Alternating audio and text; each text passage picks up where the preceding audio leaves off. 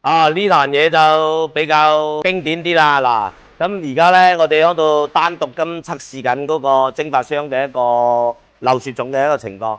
佢係咁樣嘅，呢部車咧就之前咧就係嗰個冷氣泵加雪種，一加就漏，一加就漏。咁而家換咗冷氣泵之後咧，測試佢咧都仲係有漏嘅地方喎。咁我哋所以就單獨加壓去谷嗰個蒸發箱啦。因為我哋通過技師嘅一個檢查咧，出邊嘅冷氣管道咧都好乾爽嘅，冇漏外漏嘅一個情況。咁我哋而家就初步判斷咧，就係嗰個蒸發箱嘅一個問題。咁我哋響度檢查嘅時候咧，琴晚咧加壓力去到200個巴，咁而家咧朝早過嚟睇嘅時候咧，已經係跌咗落嚟啦。咁證明好精準咁判斷到係蒸發箱有外漏嘅一個情況。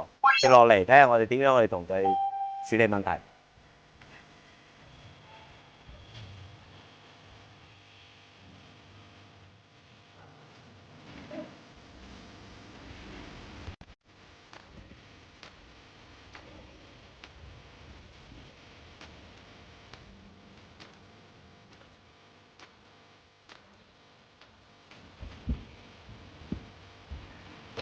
哇！嗱，嗰啲就綠色嗰啲咧就係雪種油啦，嗱，流晒啲雪種油氧化晒出嚟。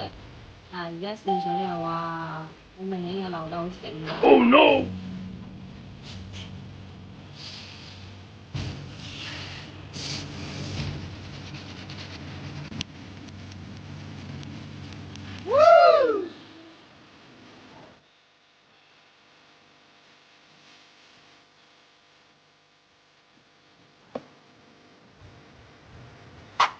嗱，用冷氣溫度嘅出風口說明一切啦。嗱，而家嘅出風口去到4點幾度，繼續有得低嘅。